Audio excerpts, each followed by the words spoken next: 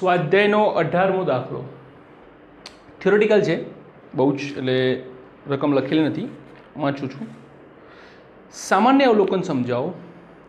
જ્યારે આપણે ઝડપથી ગતિ કરતી ટ્રેનની બારીમાંથી નજીકના વૃક્ષો, ઘર વગેરે જોઈએ છીએ તો તે ટ્રેનની વિરુદ્ધ દિશામાં ઝડપથી ગતિ કરતા દેખાય છે.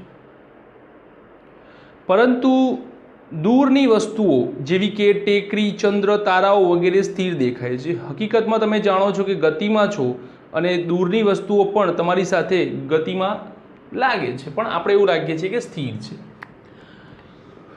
ધારો કે આપણે એક સ્થાન એ પરથી બીજા સ્થાન બી પર આવ્યા. ટ્રેનની બારીની વાત છે. ત્યાં બારીની બહાર કોઈ એક નાનકડું બેન્ચ પડી છે, થાંભલો છે, ગમે તે છે. ત્યાં આપણે એક ખૂણો બનાવીએ. ખૂણો જુઓ. ઓકે, હવે આપણે એવું વાત કરીએ છીએ કે ટ્રેન એક બે ખેતરોની વચ્ચેથી પસાર થાય છે કે ખુલ્લા મેદાનોની વચ્ચેથી પસાર થાય છે. ત્યાં ખૂબ જ દૂરના અંતરે એક બીજો થાંભલો છે.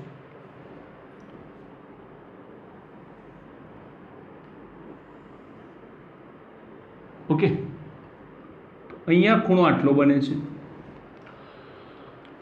તો આ જે વાત છે એ માત્ર બોર્ડની અંદરની વાત છે.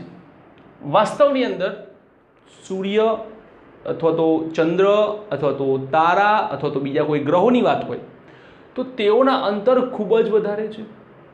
તમે ધ્યાનથી સમજી શકો છો કે આટલા વિસ્તારમાંથી માત્ર બોર્ડની અંદર જ એક જગ્યાએ ખૂણોથી થોડા આગળ જતા ખૂણો કેટલો નાનો થઈ જાય છે. જુઓ તો જ્યારે આપણે દૂરના ખૂણાઓ માપીએ છીએ ત્યારે આ ખૂણો લગભગ નહિવત હોય છે. નહિવત એટલા માટે તમે 10-10, 20-20, 25-25 કિલોમીટર દૂર જાઓ તો પણ તમને ચંદ્ર સ્થિર લાગે છે. એનું કારણ છે કારણ કે આ ખૂણો ખૂબ જ નાનો થવાથી દ્રષ્ટિ સ્થાનભેદનો ખૂણો જે છે એ બદલાતો નથી. ખૂણો જેટલો ઝડપથી મોટો થશે તેટલું ગતિ કરતું દેખાશે. ખૂણો ઝડપથી મોટો નથી થતો એટલે કે ખૂણો ખૂબ જ નાનો રહે છે તો એ પદાર્થ આપણને લગભગ કેવું દેખાય છે? સ્થિર. ગતિ ક્યારે થઈ કહેવાય? તો જુઓ, ગતિ ક્યારે થઈ કહેવાય એ સમજો. ધારો કે આ ખૂણો છે. હવે કોઈ રીતે આ ભાગ અહીંયા આવે અને ખૂણો મોટો થાય છે તો ગતિ થઈ કહેવાય. ગતિ થઈ કહેવાય. ગતિ થઈ કહેવાય. ખૂણો મોટો થતો રહેશે તો ગતિ થતી કહેવાશે. ઓકે, તો અહીંયા પણ એવું છે કે ખૂણો ખૂબ જ નાનો અંતરાય છે માટે આપણને તેઓ સ્થિર લાગે છે. 19ની વાત કરીએ તો રકમમાં બહુ બધી વાતો કરેલી છે, બરાબર, કે ખૂબ જ દૂરના બે તારાઓ વચ્ચેનું અંતર માપવા માટે દ્રષ્ટિ સ્થાનભેદની રીતના સિદ્ધાંતનો ઉપયોગ કરવામાં આવે છે. સૂર્યની આસપાસ પોતાની ભ્રમણકક્ષામાં 6 મહિનાના સમય અંતરાલમાં પૃથ્વીના બે સ્થાનોને જોડતી આધાર રેખા AB છે. ચલો આપણે ચર્ચા કરીએ. તો આપણે એવું કહી શકીએ કે ભાઈ આ વર્તુળાકાર ગતિપથ કદાચ પૃથ્વીનો હોઈ શકે. અહીંયા પૃથ્વી આવેલી છે A પર. ઓકે, અહીંયા પૃથ્વી આવી છે B પર. પૃથ્વી અહીંયાથી ગતિની શરૂઆત કરે ને આખું ચક્કર મારે તો 1 વર્ષ થાય. કેટલું થાય? 1 વર્ષ. પણ એ જ પૃથ્વી જો અડધું આવે તો 1 વર્ષનું અડધું 6 મહિના થાય.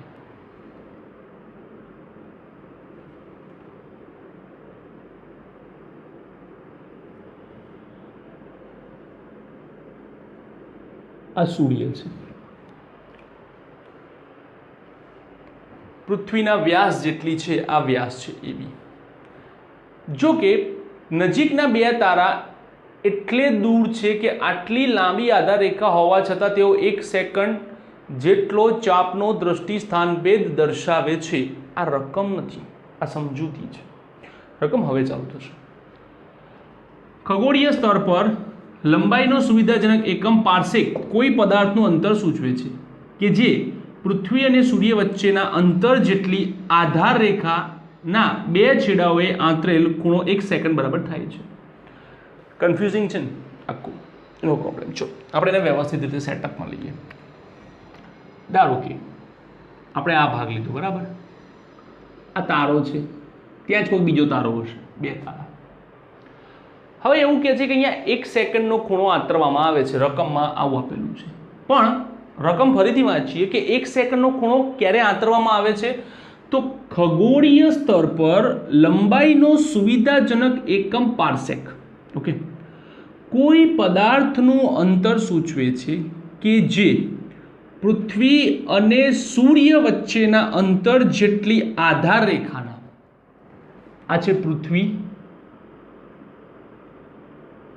અને આ છે સૂર્ય, એમની વચ્ચેની જે આધાર રેખા છે જેને આપણે એલ કહીએ, એલ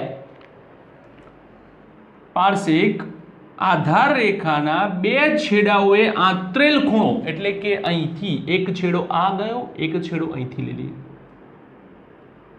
અને એ જે ખૂણો આંતરવામાં આવે છે તે 1 સેકન્ડ છે, આ 1 પાર્સેક છે. ઓકે, તો આ બીજો લંબાઈનો ભાગ થાય, તો આ બીજો 1 સેકન્ડ ખૂણો થાય.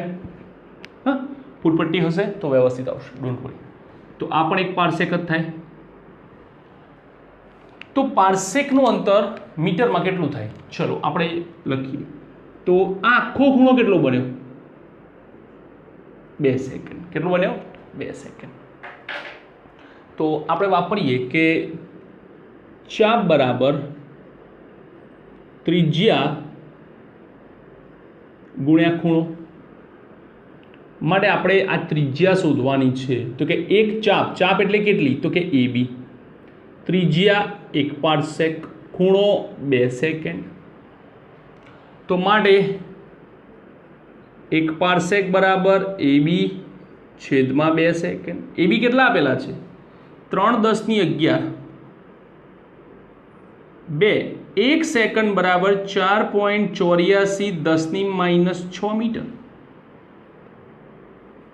તો 1 PC બરાબર 0.308 10⁻17 ઇઝ ઇક્વલ્સ ટુ 3.08 10⁻16 મીટર થાય છે. તો આ છે તમારો 19મો દાખલો. ઓકે, લખી લો.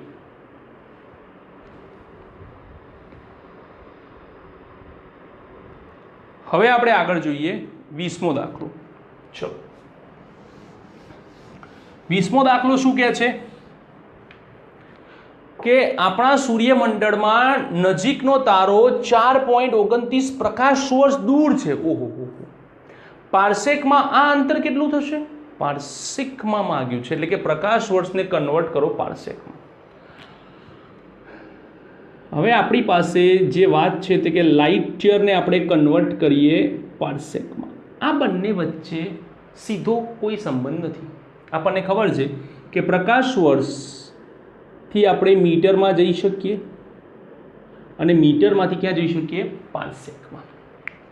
તો ચલો, સૌથી પહેલાં આપણે એ જોઈએ કે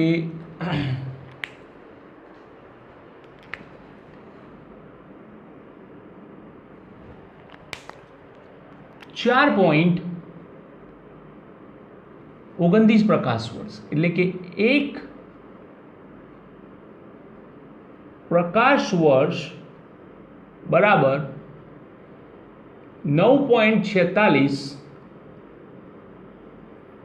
10⁻15 મીટર. Okay, 10⁻15 metre. તો આપણી પાસે આપેલો છે 4.29 પ્રકાશ વર્ષ બરાબર કેટલા મીટર, તો થાય 9.46 10⁻15 ગુણ્યા 4.29, આટલા મીટર થવા જોઈએ. ક્લિયર?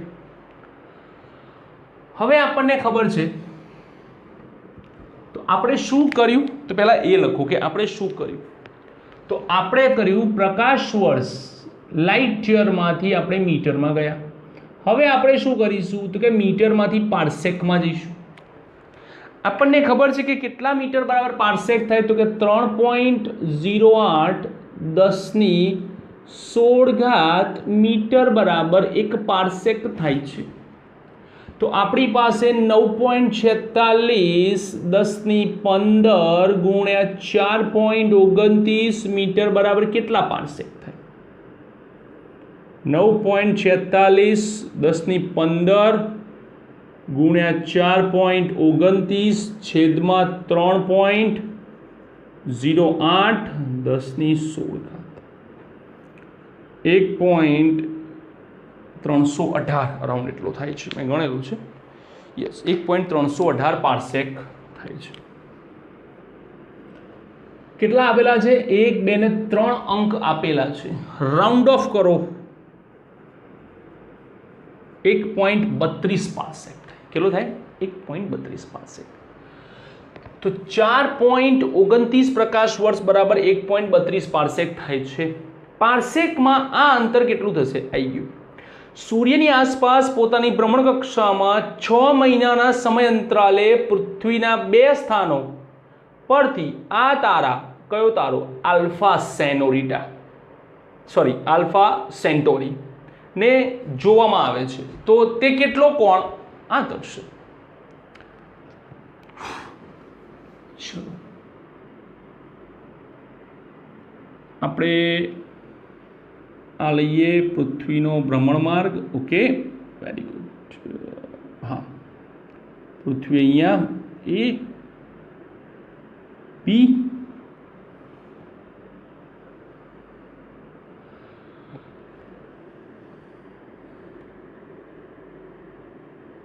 આ શું છે? સૂર્ય છે. શું છે? સૂર્ય છે.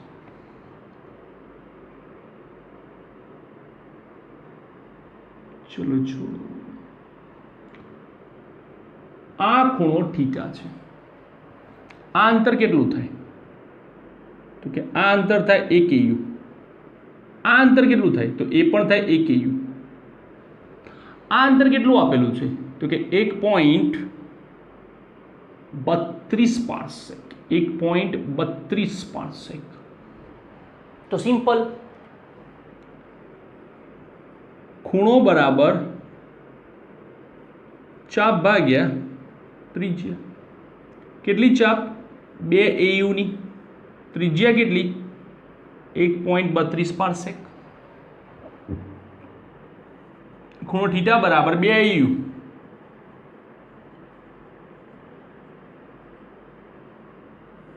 ભાગ્યા 1.32 પાર્સેક બરાબર કેટલા મીટર થાય? આટલા મીટર. 9.46 1015 ગુણ્યા 4.29. ઓકે, તો આ જે માપન આવશે તે આવશે કુલ રેડિયનમાં. આટલા રેડિયન થાય. 2.1496 1011 ભાગ્યા 9.46 1015 ગુણ્યા 4.29. હવે આપણને ખબર છે કે ભાઈ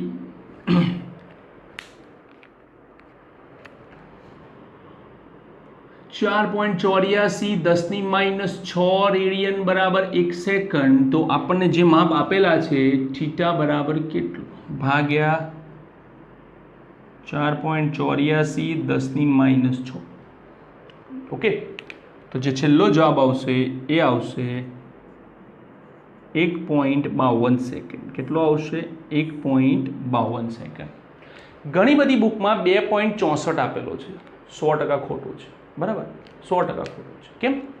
કારણ કે જ્યારે આ 1 AU હોય અને અહીંયા 1.32 નહીં, ખાલી એક પાર્સેક હોય ને, એક પાર્સેક, તો અહીંયા જે ખૂણો છે એ 2 સેકન્ડનો બને. જેમ આપણે આગળના દાખલામાં જોયું.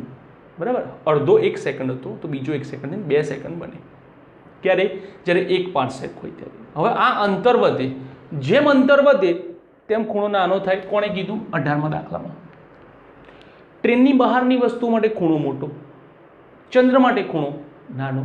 તો જેમ અંતર વધે તેમ ખૂણો નાનો થાય. આ 1.32 ની જગ્યાએ 2.32 કરીએ ને તો હજુ ખૂણો વધારે નાનો થાય.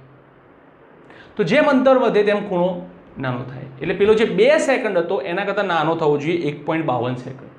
ઘણા બધા એવી કેલ્ક્યુલેશન આપી છે કે ભાઈ 1 પારસેકે 2 સેકન્ડ તો 1.32 કેટલા? એ ના ના, એવું ના થાય. સંબંધ અહીંયા જે ખૂણો અને પારસેકનો જે સંબંધ છે, તમે ધ્યાનથી જુઓ, ખૂણો અને પારસેકનો જે સંબંધ છે એ વ્યસ્ત સંબંધ છે. 1 પારસેકે 2 સેકન્ડ તો આટલા પારસેકે કેટલા? એ સમપ્રમાણ સંબંધ માટે કહેવાય. આ બે માટે ચાલે, ખૂણો અને ચાપ માટે ચાલે, ના કે ખૂણો અને ત્રિજ્યા માટે. ઓકે, લખી લો ચલો ફટાફટ. ચલો નેક્સ્ટ 21માં. આ પણ એ જ રીતનું છે, બરાબર, એક વાર્તા જેવું છે કે ભૌતિક રાશિઓના માપનમાં સચોટતા હોવી તે વિજ્ઞાનની આવશ્યકતા છે. એક કામ કરીએ, આપણે ભૂસી નાખીએ તો શું છે, વધારે આઈડિયા રહે જોવામાં. એ તો બધું આમાં દેખાશે, તમે કન્ફ્યુઝ થઈ જશો.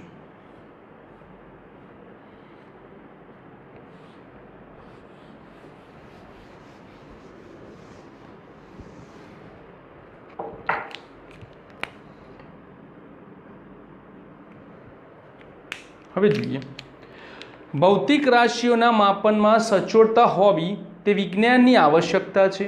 ઉદાહરણ તરીકે કોઈ વિમાનની ઝડપ નક્કી કરવા માટે આપણે ખૂબ જ સૂક્ષ્મ સમય અંતરાલોએ તેના સ્થાન નક્કી કરવા માટે એક ચોક્કસ પદ્ધતિ હોવી જોઈએ. યસ, વિમાનની ઝડપ આપણે માપવી છે તો વિમાનની ઝડપ આપણે શેમાં માપીશું? તો કે વિમાન ખૂબ જ ઝડપી હોય એટલા માટે આપણે એનું માપન માઇક્રો સેકન્ડમાં પણ કરી શકીએ છીએ. શેમાં કરી શકીએ છીએ? માઇક્રો સેકન્ડમાં. માહિતી છે, બરાબર, કોઈ ચોક્કસતા નથી, અંકો આગા પાછા થઈ શકે છે. બીજા વિશ્વયુદ્ધમાં રડારની શોધ પાછળ આ જ પ્રયોજન હતું. હવે રડારની વાત કરીએ તો રડાર એ લગભગ પ્રકાશની ઝડપથી ગતિ કરે. અરાઉન્ડ પ્રકાશની જે તરંગ લંબાઈ છે એની મદદથી આપણે માપીએ છીએ. પ્રકાશની તરંગ લંબાઈ શેમાં માપીએ છીએ? એંગસ્ટ્રોમમાં. શેમાં માપીએ છીએ? એંગસ્ટ્રોમમાં. તો એના પરથી આપણે એવું કહી શકીએ કે રડારની ઝડપ આપણે એંગસ્ટ્રોમમાં માપી શકીએ છીએ, 10⁻10 મીટર. જેમાં લંબાઈ, સમય અને આધુનિક વિજ્ઞાનમાં એવા જુદા જુદા ઉદાહરણો વિશે વિચારો જેમાં લંબાઈ, સમય, દ્રવ્યમાન વગેરેના સચોટ માપનની આવશ્યકતા હોય છે. જોકે આ ઉપરાંત શક્ય હોય ત્યાં સચોટતાના માત્રાત્મક વિચારો આપી શકાય છે. હવે વાત કરીએ અંતરની, તો અત્યારે હાલ આપણી પાસે ખૂબ જ નાનું અંતર જે છે એ સચોટતા પ્રમાણે લઈ શકીએ છીએ. કેમ? તો કે આપણી પાસે જે સ્કેલ છે એ સ્કેલમાં આપણે કેટલું અંતર લઈ શકીએ? તો કે જેટલું નાનું મપાતું હોય એ એની સચોટતા, જેટલી સચોટતા હોય એટલું નાનું, જેટલું નાનું એટલી સચોટતા, જેટલી સચોટતા એટલું નાનું. તો એ જ વસ્તુ અહીંયા છે, જુઓ તમે ધ્યાનથી. કોઈ પણ હોય તો 10⁻14 મીટર થી 10⁻15 મીટરના ક્રમનું લઈ શકું છું, જે ન્યુક્લિયસની ત્રિજ્યા બરાબર છે. એનાથી નાનું માપન શક્ય છે નહીં. આ વાત થઈ લંબાઈની. હવે વાત કરીએ દળની, તો દળનો સૌથી નાનામાં નાનો એકમ કયો? તો કે ઇલેક્ટ્રોનનું દળ 10⁻30 કિલોગ્રામ. કેટલું? 10⁻30 કિલોગ્રામ. તો આ એક ચર્ચાનો વિષય છે, બરાબર. કોઈ જગ્યાએ કોઈ 31 પણ કહી શકે છે, કોઈ 10⁻14, 10⁻15થી આગુ પાછું પણ થઈ શકે છે. તો અલગ અલગ રીઝન્સ હોઈ શકે છે. તો આવા જે ન્યુમેરિકલ્સ છે એને આપણે એક ડિસ્કશનના પાર્ટ તરીકે લઈએ છીએ. ઓકે, લખી લો. સ્વાધ્યાયનો 22મો. સ્વાધ્યાયનો 22મો દાખલો એક રિસર્ચ બેઝ દાખલો છે.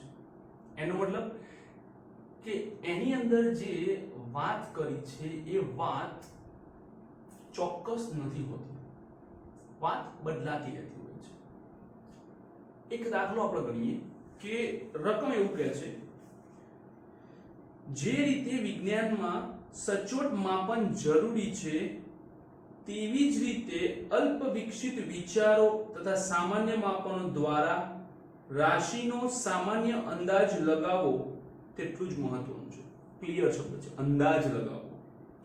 નીચે આપેલા અનુમાન લગાવી શકાય તે માટેના ઉપાયો વિચારો. જ્યાં અનુમાન મેળવવાનું અઘરું લાગે ત્યાં રાશિઓની મહત્તમ મર્યાદા મેળવવાનો પ્રયત્ન કરો. સૌથી પહેલા કે આપણે એવું કહીએ કે વર્ષા ઋતુમાં સમયમાં ભારત ઉપર છવાયેલ વરસાદી વાદળોનું કુલ દ્રવ્યમાન કેટલું છે? આખા ભારત ઉપર છવાયેલ જે વાદળો છે એનું દ્રવ્યમાન કેટલું છે? તો એક વાત ક્લિયર છે કે તમે ડાયરેક્ટ એ દ્રવ્યમાન માપી શકશો.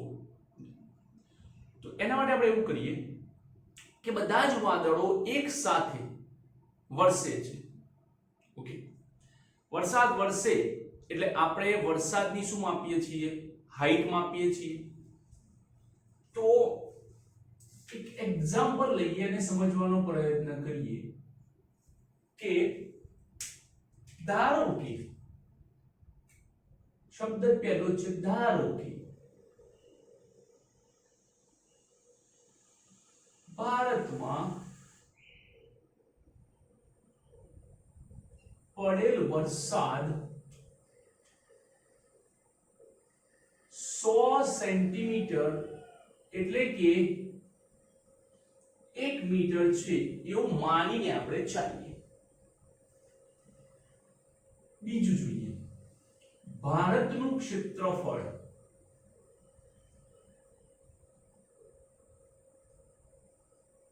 કેટલું છે?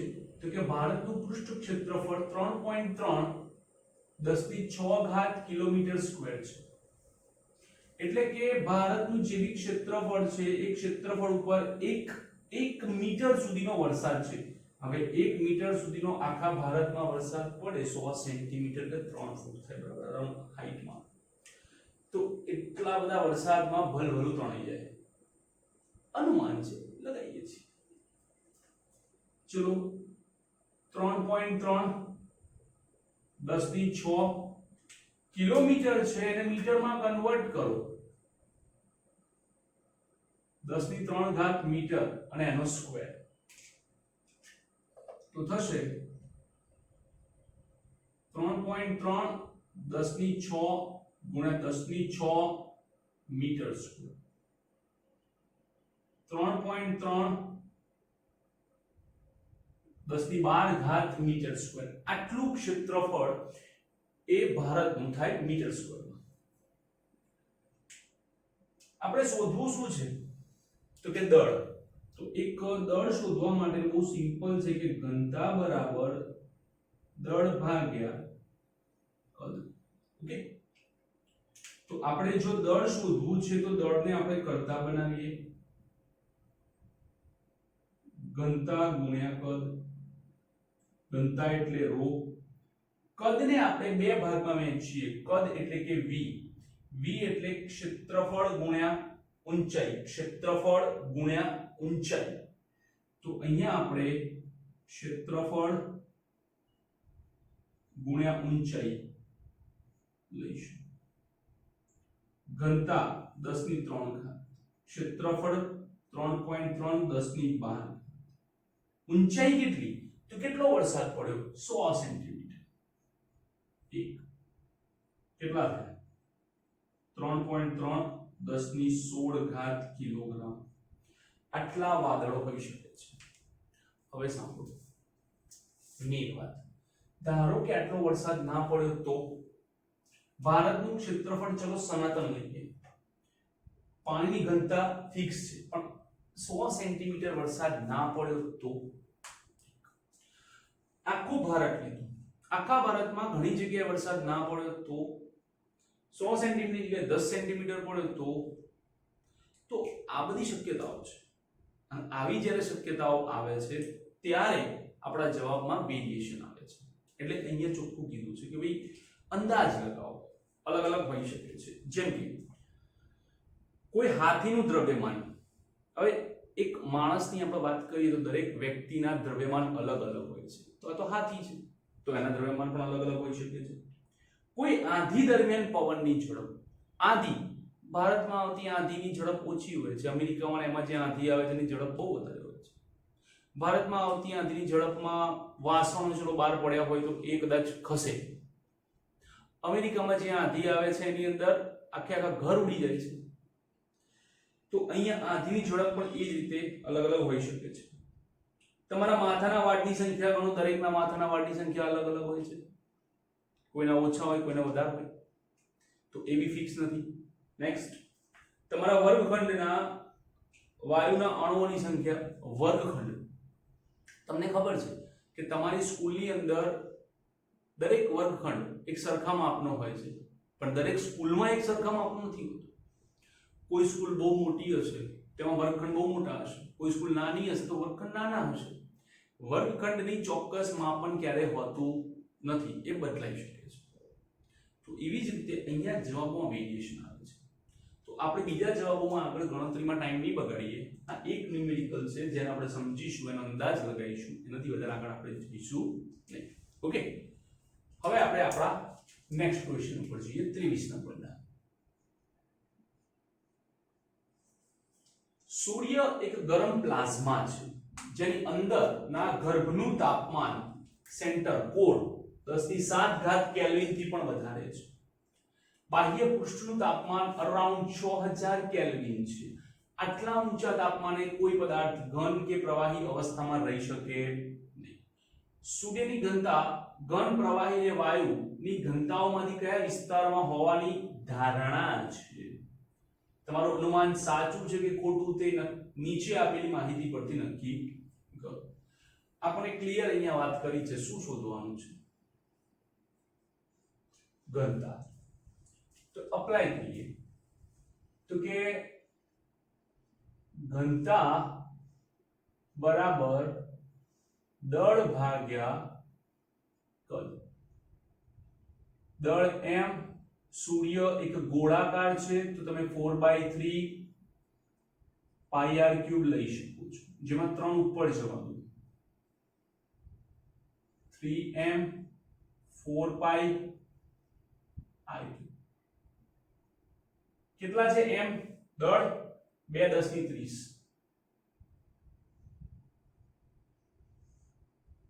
4 3.14 r ત્રિજ્યા 7×10⁸.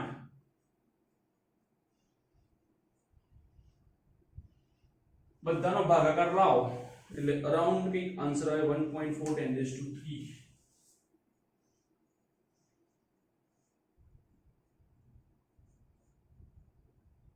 કિલોગ્રામ પર મીટર ઘન. તો આ જે દ્રવ્યના ઘન સ્વરૂપની લગભગ ઘનતા જેટલી છે, જે 10⁻³ છે, 10⁻³. તો એ લગભગ 100% ઘન પણ ના કહી શકીએ અને 100% પ્રવાહી પણ ના કહીએ. કેમ? તો કે પાણીની ઘનતા 10⁻³ છે, એનાથી ખાલી 1.5 ગણી છે. એટલે ઘન પ્રવાહીની અવસ્થા હોય પણ વાયુ તો ડેફિનેટલી ના હોય, કે વાયુની ઘનતા કોઈ દિવસ 10⁻³ માં જતી નથી. એનું વધારે ડિટેલમાં તમને કેમિસ્ટ્રીમાં ખબર પડશે કે ભાઈ ઘનતામાં વાયુની ઘનતા એ લગભગ માઇનોર હોય છે, બહુ જ નાની હોય છે, જ્યારે ઘન પદાર્થની ઘનતા ખૂબ જ ઊંચી હોય છે, પ્રવાહીની ઘનતાની આજુબાજુ હોય છે. એટલે સૂર્ય એક ઘન અવસ્થામાં પણ નથી અને પ્રવાહી અવસ્થામાં પણ નથી, 100%. એની વચ્ચેની કોઈ પ્લાઝ્મા અવસ્થા છે તેમાં હોવો જોઈએ. ઓકે, તો આ છે 23મું અને લાસ્ટ 24મું.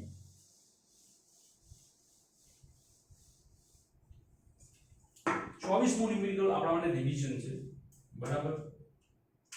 24માં ન્યુમેરિકલ એટલું બધું કઈ છે. શું કહે છે?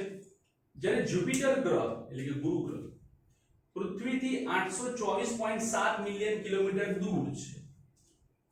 કેપિટલ ડી, બે ગ્રહો વચ્ચેનું અંતર 24.7 મિલિયન 10⁶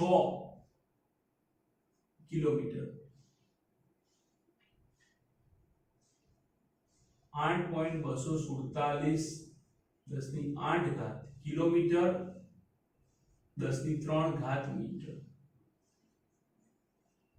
8.247 10⁻11 મીટર દૂર આવેલો છે. ત્યારે તેના કોણીય વ્યાસનું માપ 35.72 સેકન્ડ. અહીંયા ચીટા આપેલો છે 35.72 સેકન્ડ ગુણ્યા 1 સેકન્ડ બરાબર કેટલા રેડિયન થાય? 4.84 10⁻6 આટલા રેડિયન થાય. તો જુપિટરનો વ્યાસ શોધો. આપણને ખબર છે કે જે જ્યુપિટર છે તે જ્યુપિટરનો વ્યાસ b બરાબર d ઇન્ટુ થીટા d 8.247 10 ની 11 ગુણ્યા 35.72 ગુણ્યા 4.84 10 ની -6 બરાબર આ દાખલાનો જવાબ હું તમને નહીં કહું, તમારે જાતે ગણીને આનો જવાબ કમેન્ટ બોક્સમાં મૂકવાનો છે. ઓકે, તો આ સાથે ચેપ્ટર 2 નું સ્વાધ્યાય અહીંયા આપણે પૂરું કરીએ છીએ. Thank you for watching my videos.